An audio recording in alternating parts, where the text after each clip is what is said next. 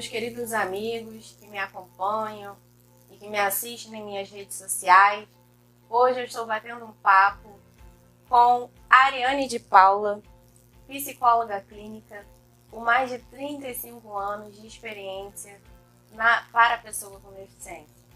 Para mim é um prazer e uma honra, porque esse número 35, olha, encaixou direitinho dentro do que nós estamos propondo para a mudança que tanto o nosso estado do Rio de Janeiro precisa.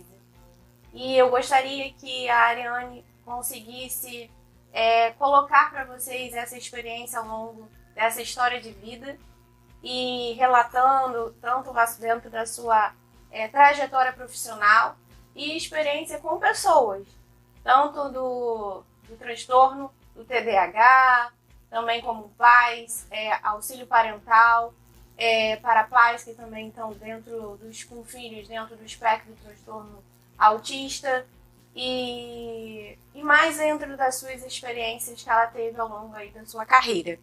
É um prazer, Ariane, estar com você e estar compartilhando todo esse seu conhecimento na área da pessoa com deficiência. Eu fiquei sensibilizada em vir, porque como eu trabalhei iniciando, né, por exemplo, você está falando de alguns temas sensíveis, né? Estigmatização e tolerância, que são que a gente precisa discutir, né? Então, dentro dessa atenção que você está querendo focar através da política, né? Eu acho que é uma coisa importante, porque em sociedade a gente precisa passar por processos de discussão para que a gente consiga mudanças, né?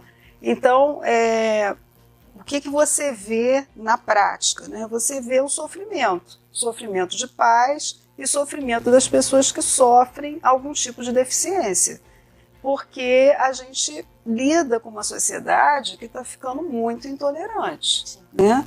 Então, essa intolerância, ela chega nos mais diversos campos, né? Se a gente pensar nas residências, uma falta de conhecimento às vezes, né? Não que às vezes os pais não sabem o que seus filhos estão tendo. Eles podem ter um diagnóstico e exatamente porque eles não conseguem ter uma solução, eles podem ir para diversos tipos de leitura, né? Então é importante esse tipo de conhecimento, que você busque o que seu filho tem, o que está acontecendo com ele. Nas escolas, às vezes os professores não são informados, né, sobre isso. Então, e muitas vezes sobrecarregados, porque as salas de aula são o número de alunos é muito alto, né? Você às vezes não tem auxiliares, né, para poder fazer essa ajuda, né, e dar continuidade na aprendizagem para pessoas que precisam de uma atenção especial, né? Então, você também tem essa dificuldade. Se você vai para o campo da medicina, às vezes o atendimento da odontologia, se você não tem conhecimento de como lidar com essa população, você também não consegue acessar, né? Então, você está pegando um nicho, né, que é importante e que, exatamente por requerer uma tolerância por parte de todos, como é que você trabalha com isso? Então, realmente, a política ela tem que começar a puxar esse tipo de tratamento, que é um tratamento especial. Na verdade, é isso, né? Como é que você vai lidar com essa criança? Não importa o diagnóstico que ela tenha. Se ela tem um transtorno do espectro autista, se ela é um TDAH, se ela tem uma síndrome de Down, enfim, se ela tem uma deficiência auditiva, né? Para a gente ter uma ideia, recentemente, aliás, ontem, que teve a notícia nos telejornais da Bíblia ser traduzida em Libras, né? Quer dizer, agora que a gente está começando a ter esse tipo de possibilidade. Então, é um universo que, embora ele esteja sendo alçado, por exemplo, para trabalhar, né? Você vê que existe uma política no sentido de que se abra, né, vagas para pessoas com deficiência, e eu acho que isso é muito importante, né, para poder exatamente dar continuidade a uma vida o mais social possível, mas ainda precisa aprimorar. Porque uma coisa é você implementar política, outra coisa é você fazer com que as pessoas que estão ao redor tenham uma sensibilidade maior para o problema, né? Então eu acho importante você estar se disponibilizando a olhar com mais atenção esse capítulo, porque o que a gente quer? A gente quer uma sociedade melhor, né? A gente quer uma sociedade mais civilizada, mais tolerante, né? Então, quando você traz esse tema, é um tema de sensibilidade e que é importante que seja debatido para as famílias que têm o deficiente e para as famílias também que não têm. Porque como é que a gente vai se portar como sociedade? Né? E quando você fala, Ariane, da sensibilidade, é importante eu também destacar que esse meu olhar não foi posteriormente do diagnóstico do meu filho. Em 2020, eu recebi o convite de estar entrando para a política como uma voz feminina, de mulher, de representatividade, em vários segmentos e pautas que eu também já defendo, e recebi para que eu concorresse à Prefeitura de Niterói, do município de Niterói. Então, nesse ato de coragem, eu coloquei sonhos, né, dentro do meu plano de governo. Então, eu escrevi ali, de uma forma direta, eu mesmo, o que eu desejo para o município onde eu resido. E na pauta, né, na pasta da pessoa com deficiência, eu já sonhava para um centro de referência para a pessoa com deficiência que nós não temos. Um município rico, um município que tem condições de se criar esse centro. Municípios vizinhos, como São Gonçalo e Itaboraí, nós até temos, mas com vagas limitadas. Então, eu falo sonho porque se a gente não sonha, é difícil você conseguir lutar para que algo seja realmente conquistado. Então, todos os meus sonhos eu luto para que ele seja realizado. Então, quando em 2020 eu coloquei no meu plano de governo, eu já idealizava, eu já consegui visualizar algo para as famílias do município de Niterói. Então, agora, em 2022, nessa minha colocação como candidata a deputada federal, esse sonho ele se estende aos municípios, aos 92 municípios que o nosso estado possui. E quando a gente fala em municípios, nós estamos falando em lugares, principalmente interior, serrano e interior do estado do Rio, que não possui nenhuma estrutura, seja na parte da saúde, seja na parte da educação, para o amparo das pessoas com deficiência e suas famílias.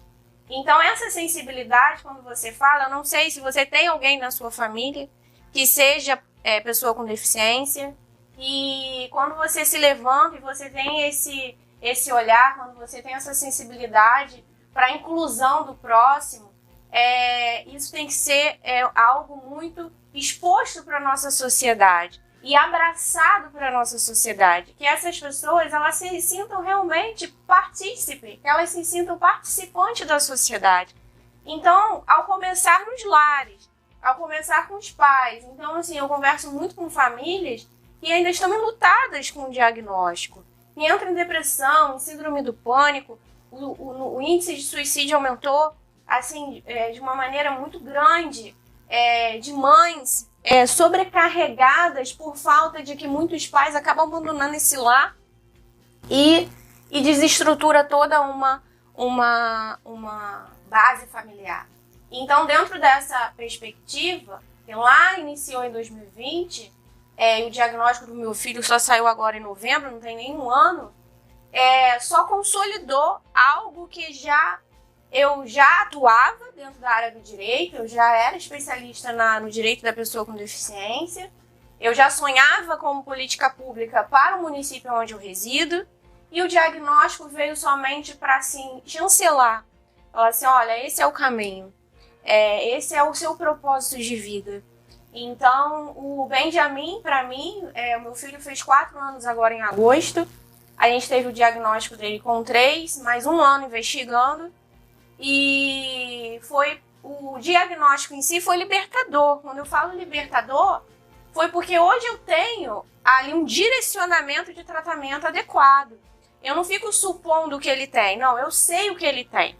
Então, o transtorno do espectro autista, quando a gente fala espectro, quanto mais cedo você consegue fazer o tratamento, você fazer as especializações necessárias, as intervenções necessárias, você consegue que essa criança tenha um desenvolvimento e melhor qualidade de vida. Então, não é porque é autista, não tem um cognitivo, ele não tem deficiência intelectual, então, muito pelo contrário, ele é muito inteligente, mas precisa do desenvolvimento, precisa dessa atenção. Então, quando veio o diagnóstico, eu posso lutar pelo direito do meu filho, seja na hora da saúde, seja na parte da escola, na educação.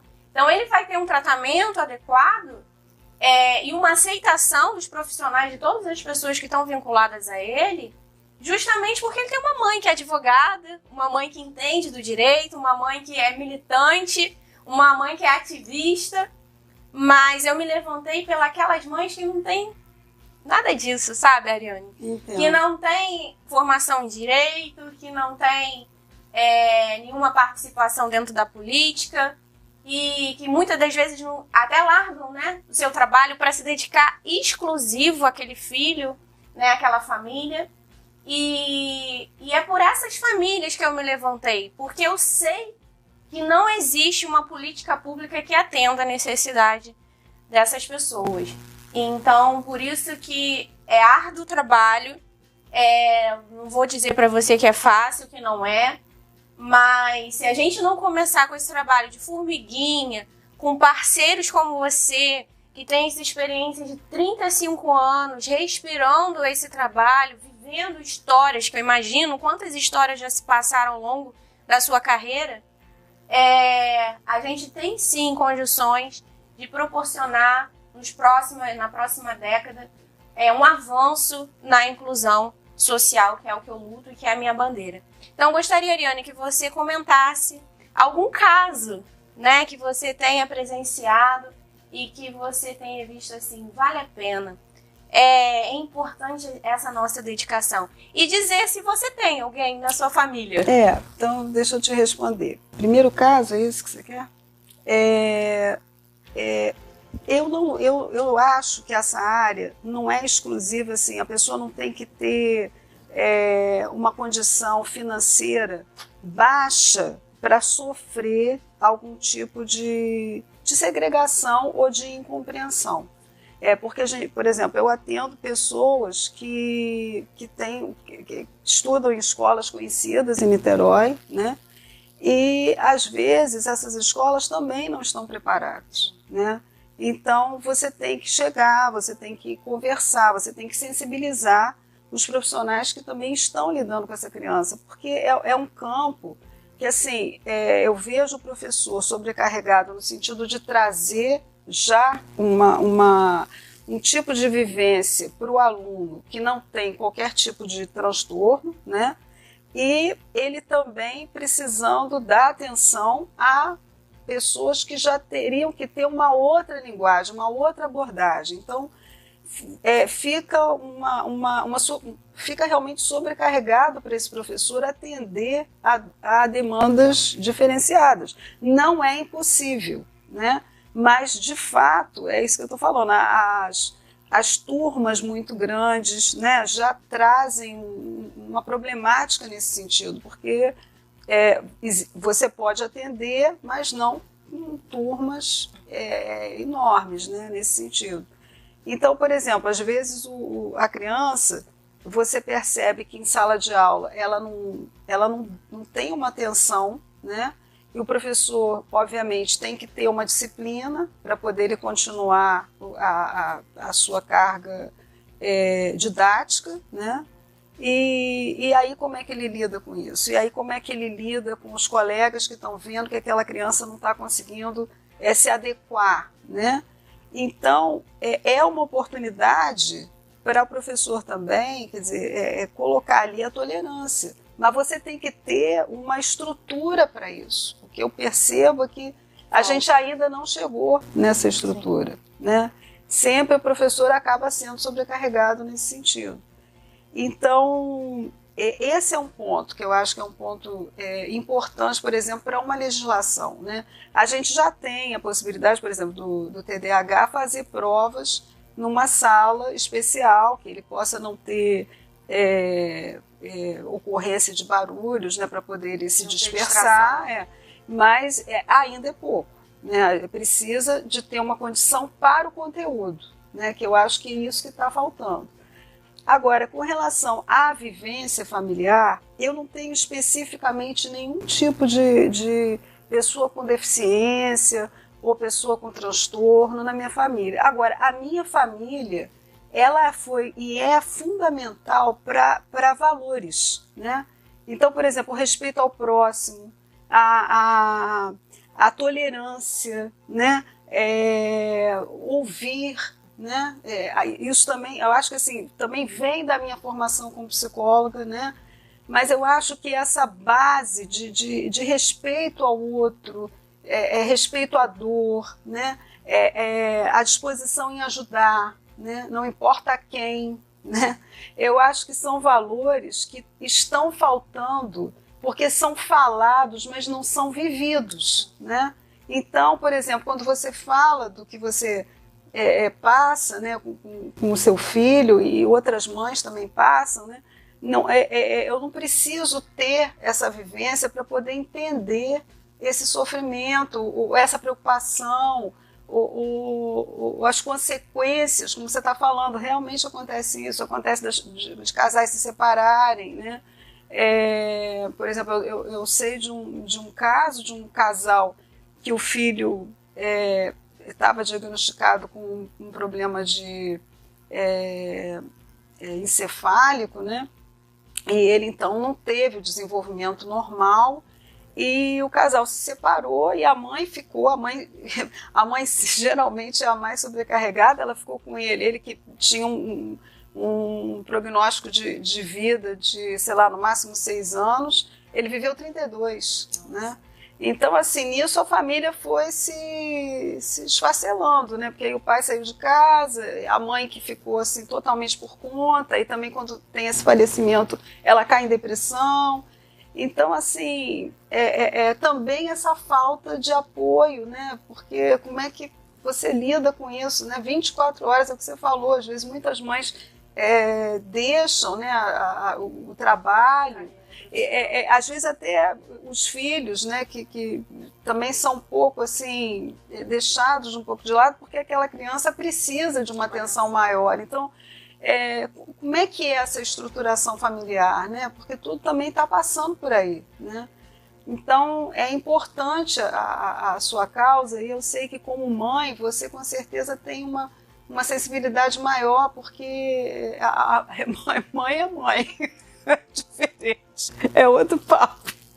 Então, eu acho que está faltando isso, está faltando essa informação, essa divulgação e, na medida do possível, que a gente consiga construir essa sociedade, né, mais tolerante para abarcar, não importa quem, se é brasileiro, que seja bem-vindo, que seja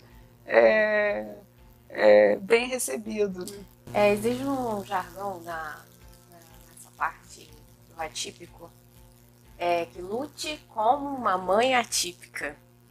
Quando a gente fala em luta, não é uma luta de extremo, né? De uma fala de ódio ou de colocar, impor, né, a inclusão. Mas quando você traz uma fala tão mansa, Ariane, de tolerância, é justamente essa fala que eu venho pregando nas minhas pautas e nas minhas defesas, justamente porque com um diálogo, quando a gente consegue dialogar, seja na parte política, em qualquer instância ou na parte jurídica, a gente consegue expor que a gente vive numa sociedade de que em qualquer campo, seja ideológico, seja religioso, seja político também, vão ter pessoas com deficiência. Então, quando a gente fala no amplo, a gente está falando de pessoas de lado, seja de esquerda, de direita, né? Então, quando a gente leva uma fala e um projeto, a gente fala para a sociedade, a gente fala para a comunidade de pessoas com deficiência. Então, eu vejo isso na prática, porque é difícil. A pessoa logo quer saber qual a sua ideologia. E eu falo, o que eu respiro dentro do direito e luto por uma justiça social, quando eu tenho um filho dentro da minha casa que tem autismo e eu trabalho para a pessoa com deficiência, eu não estou preocupada em qual é a crença da pessoa, qual é a ideologia da pessoa, não. Eu estou preocupada em saber se essa família está sendo incluída e inserida na sociedade. Seja ela na parte da saúde, seja no tratamento adequado pelo plano de saúde, ou seja pelo SUS, ou seja pela também essa parte na escola, se ela tem um tratamento adequado. E como você bem citou, as escolas públicas, elas estão até melhores preparadas para a parte inclusiva do que as particulares. Então, assim, lutar para uma educação inclusiva, seja ela com um professor de apoio, seja um mediador, seja um assistente terapêutico, é uma luta. Muitos dos pais me procuram porque as escolas se recusam ou querem, isso já está pela lei, já que isso tem que ser amparado pela própria escola, mas eles querem que esse ônus, esse profissional seja arcado pelos pais. Então, quando eu sou procurada, eu falo assim, Renata, tá certo isso? Não tá certo. Então, a legislação, ela existe, né? Temos, sim, legislação já pautada, já pré-definida para que nós possamos se utilizar, porém, a fiscalização e pessoas que se levantam no poder legislativo para cobrar a efetividade dessas leis que ainda falta. Então, eu acabei, Ariane, me colocando nesse papel, eu acabei me colocando nesse lugar justamente porque eu me via, nas eleições passadas, eu não me via representada, eu não me via ali dentro daquelas pessoas que estavam ali concorrendo a uma vaga, que eu pudesse falar assim, essa pessoa aí vai me representar nessa área que é tão necessária. E eu falo advocacia também, porque quando a gente fala em justiça social, quando a gente fala nessa luta também, muitos profissionais têm assim, um bacharelado em direito, ou são formados em direito, mas atuar dentro da área da advocacia, a militância, quando a gente fala em militância, fazer audiência, despachar com o juiz, fazer uma sustentação oral, a vivência, é o respirar realmente da advocacia. Então, eu posso estar sentada aqui e estar falando com propriedade, porque eu vivo isso. Eu estou na área da advocacia, eu entrei na faculdade em 2005. 2005 para 2022 são 17 anos. Então, praticamente, mais da metade da minha vida eu já vivo e respiro direito. Então, eu não tenho na minha casa também nenhuma pessoa que fosse meu pai advogado, ou minha mãe, ou alguém político que já assim, tem muitos assim, cresceram no lar político. Meu filho agora está vivendo isso. Mas eu não. Eu fui a primeira da minha casa a me levantar. Então, quando eu falo que é um ato de coragem, é um ato mesmo, porque eu venho para um partido pequeno, eu venho para um partido que não tem fundo partidário, não tem tempo de televisão, não tem recursos, estruturas, então a gente faz muito por propósito de vida. Então, eu estou aqui reunindo, abraçando pessoas como você, Ariane. Para mim, foi um prazer estar conversando, ouvindo as suas experiências, porque somam com esse propósito de que pessoas que escutem esse nosso vídeo e se coloquem nessa posição de não ter ninguém na família, mas que abracem a causa, se tornem voluntários, que se tornem ativistas, não porque chegou e bateu na porta a deficiência na sua casa, mas sim porque quer viver uma sociedade melhor, uma sociedade mais igualitária, uma sociedade onde a gente possa realmente ir nos lugares e ver que a acessibilidade, a inclusão, ela realmente está sendo efetivada. E eu só tenho a agradecer pelo seu tempo, pela sua disponibilidade e de estar abraçando essa causa conosco. Então, tá a sua fala final. Para mim foi um prazer. Eu espero que você tenha sucesso. Eu acho que você já está tendo sucesso, porque é aquele trabalho de formiguinha, né? Se conseguir atingir alguns, né, que estão com esse intuito também de uma sociedade mais igualitária, eu acho que já valeu, né? E é isso, tem que persistir. Aqui no Brasil a gente tem que persistir, senão a gente não chega a lugar nenhum. Obrigada, Ariane. Foi um prazer. Foi um prazer te conhecer e estar aqui compartilhando essa história. Muito obrigada.